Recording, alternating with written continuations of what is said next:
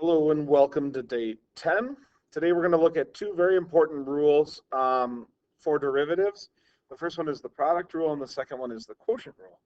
As their names imply, we use the product rule whenever we're doing the derivative of a product of two functions, and we use the quotient rule whenever we have a quotient of two functions. Okay, so let's talk about the product rule first.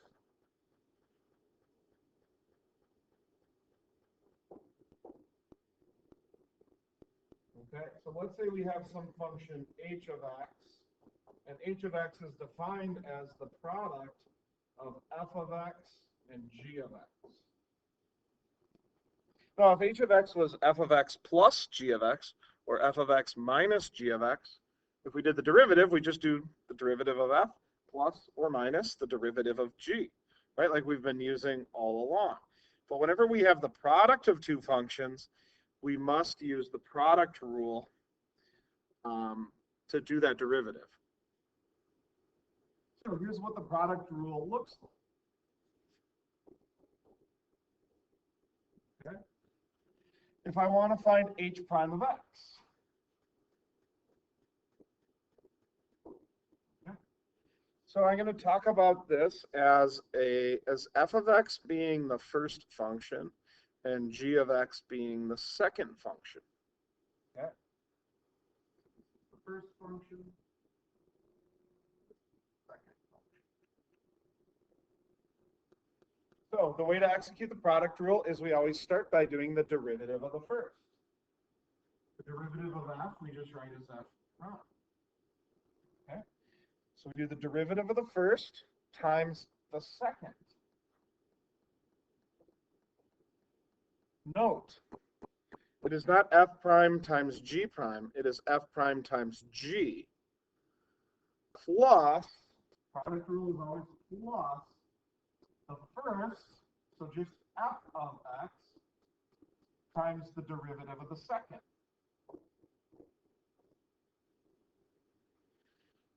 So in words here, we think of this as the derivative of the first times the second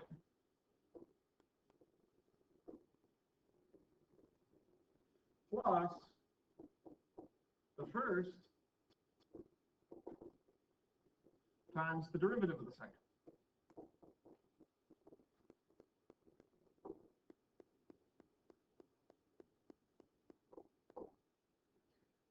Okay. Notice, never do I have the product of both f prime and g prime together.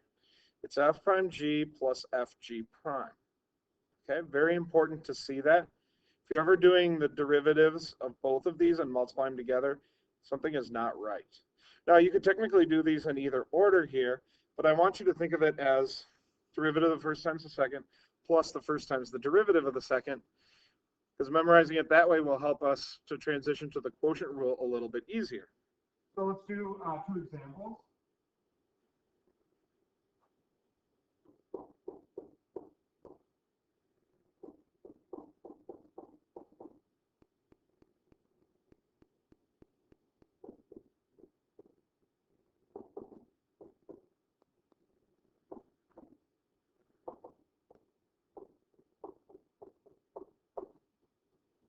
Okay. So when we take a look at this, I'm seeing f of x is equal to 2x to the fourth sine x. Find f prime of x. Well, the first thing we want to do is kind of determine what our first and our second will be. So here is my first function, which is 2x to the fourth. I can group that 2 right in with it and think of my first function as 2x to the fourth and my second function as sine x. Okay, so now I'm going to go ahead and execute this derivative. I'm going to say f prime of x then has to equal the derivative of the first. Okay, again, here's my first, here's my second. The derivative of the first is 8x cubed. So I do the derivative of the first and then I multiply by the second. The second function is sine x, not the derivative of sine x, but sine x, right? So this is like my f prime. This is like my g of x. Notice the first one changed, but the second one didn't. Okay? Plus the first function, which is 2x to the fourth, right? Not the derivative of the first, but just the first function times the derivative of the second. The derivative of sine x is cosine x. And there I have it.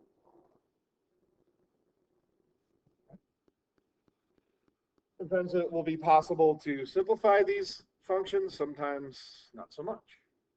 Let me try another example here.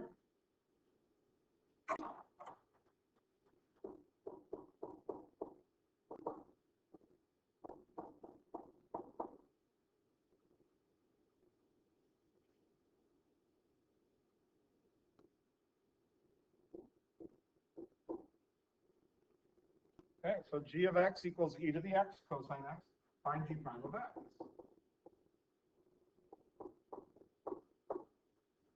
Okay, so once again, I want to identify my first and my second. My first function here is e to the x. My second function here is cosine x. So to find g prime,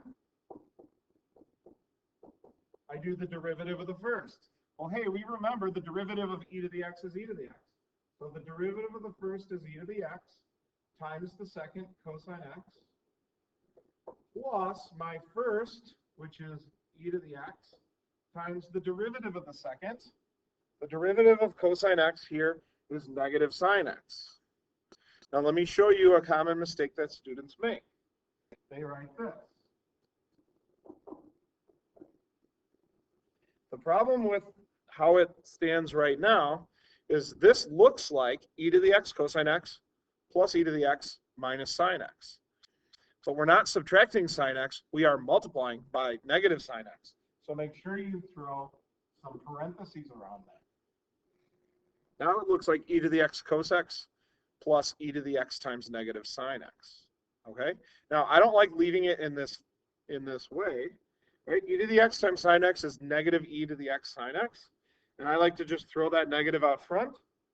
And I would simplify this to read g prime of x equals e to the x cosine x minus e to the x sine x. And this looks much nicer because I don't have to write it with parentheses. Okay. All right, let's talk about the quotient rule.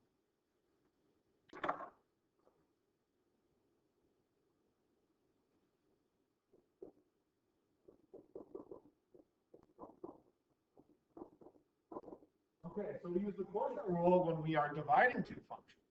So let's say we have h of x equals f of x, a function divided by another function. Note that that bottom function can't equal, or if the bottom function equals 0, then it makes h of x undefined. So if h of x equals f of x over g of x, then h prime of x must equal, okay? This is going to look a little bit similar to the product rule. But since it's the quotient rule, our answer will have a quotient in it. So here's what we do. I think of this as the top and this as the bottom. Instead of first and second, I think of it as top and bottom. Seems to make sense to me. So we start with the derivative of the top times the bottom. And that looks like just like the start of the product rule, f prime times g. So I have f prime times g. And now the difference is with quotient rule, instead of plus, we now have minus. Okay, quotient rule has the minus in there. The top function times the derivative of the bottom function. Now again, this looks just like the product rule, except the product rule is plus. That's how I remember. Product rule plus. It'll start with P. But the quotient rule has minus. It also has a quotient in it. And that whole top is divided by the bottom function squared. Okay, so that's the product rule. Sometimes people read this as low d high minus high d low, d mean derivative, over low low, right? G of x squared. By the way, g of x squared, just a notation, g of x, that quantity squared, can also be written like this. Those two things mean the same thing. So if you want to write it with less parentheses, you can write it as g squared of x. Okay, these two things mean the same thing. Okay, so let's do a couple examples and we'll be done.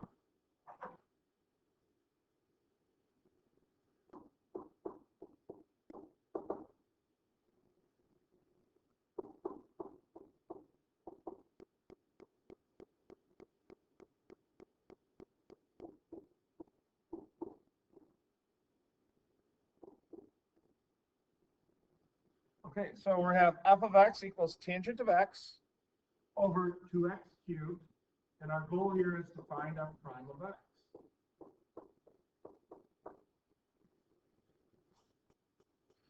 Okay, so to find f prime of x here,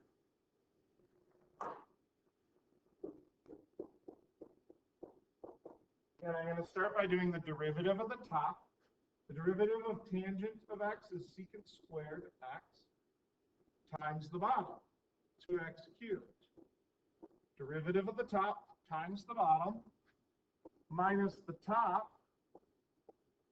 times the derivative of the bottom. The derivative of the bottom is 6x squared. Just use the power rule. All divided by that bottom function squared. Be aware here, I have to square that entire bottom function, so I strongly advise you to write whatever that bottom function is fully in parentheses and square. One of the mistakes that students make on this is they'll say, oh, 2x cubed squared, that's just 2x to the 6th. It's not. It's 2x cubed times 2x cubed, which is going to make 4x to the 6th on the bottom here. An easy mistake to make. Okay, now let's rewrite this thing. Generally, we like to write coefficient first, then x terms, and then trig terms. So I'm going to rewrite this thing because it's going to simplify down. Now again, if this is a free response test, this answer is totally 100% correct. But on multiple choice, it's not going to look like this because this thing will simplify. Let me show you what this thing looks like. To clean it up, we'd write this as 2x cubed secant squared x minus 6x squared tangent x over, again, 2x cubed squared. I've got to square the 2. 2 squared is 4. And I've got to, when I have power to a power, I multiply. Okay. Now, when you do the quotient rule, oftentimes you can simplify the quotient, but you got to make, it's got to work out. So here's what we have. We have a term here, a term here, and a term here. Again, to simplify, all three of these terms must be, right, like if I want to cancel out x's, I've got to have an x in this term, which I do, an x in this term, which I do, and an x in this term, which I do. Okay, a couple of things I see here. 2, 4, and 6 are all divisible by 2. This is going to become a 1. This is going to become a 3. This is going to become a 2. I also see x in every term. In fact, I see x squared in every term. Now, please don't count these terms as x's. Those x's are wrapped up in a trig function. They're part of a trig function. Okay? The x's that I can cancel are right here right here, and right here. And again, this has x squared, this has x squared, and this has x squared. So I'm going to also divide everything by x squared. This 3 is going to become a 1. This whole x squared is going to be gone. And this 6 is going to become a 4. So my final answer here is going to be x. Right? I could write 1x to the first, but I'm smarter than that. I'm just going to write x. Secant squared x minus 3 tan x. Notice there's no x squared in there anymore. That whole x squared canceled, divided by 2x to the 4th. Now again, can this x and one of these x's cancel? Well, no, because there's no more x's to cancel over here. So that's my final answer, x secant squared x minus 3 tan x over 2x to the 4th. One more example before we go.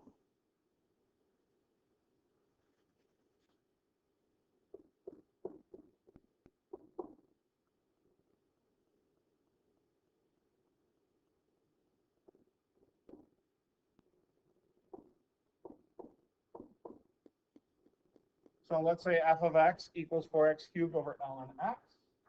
Again, find f prime. Well, f prime here. Go ahead and pause the video, try it on your own, see if you can figure out what it's going to be.